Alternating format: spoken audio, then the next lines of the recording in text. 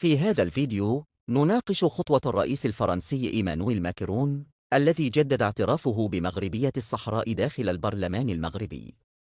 هذه الخطوة ليست مجرد تصريح عابر، بل تمثل تحولاً استراتيجياً في العلاقات المغربية الفرنسية وتحدياً واضحاً للجزائر وجبهة البوليساريو. تاريخياً، النزاع حول الصحراء المغربية يعود إلى سبعينيات القرن الماضي، حيث يسعى المغرب للحفاظ على سيادته في المنطقة. اعتراف ماكرون يعزز موقف المغرب على الساحة الدولية، ويعكس دعماً متزايداً من القوى الكبرى لموقفه.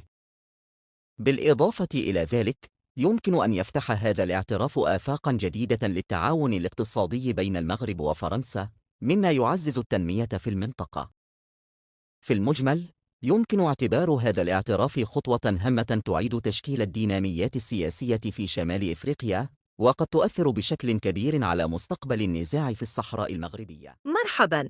إذا أعجبك الفيديو لا تنسى الإعجاب والتسجيل في القناة لدعمنا ومتابعة كل جديد.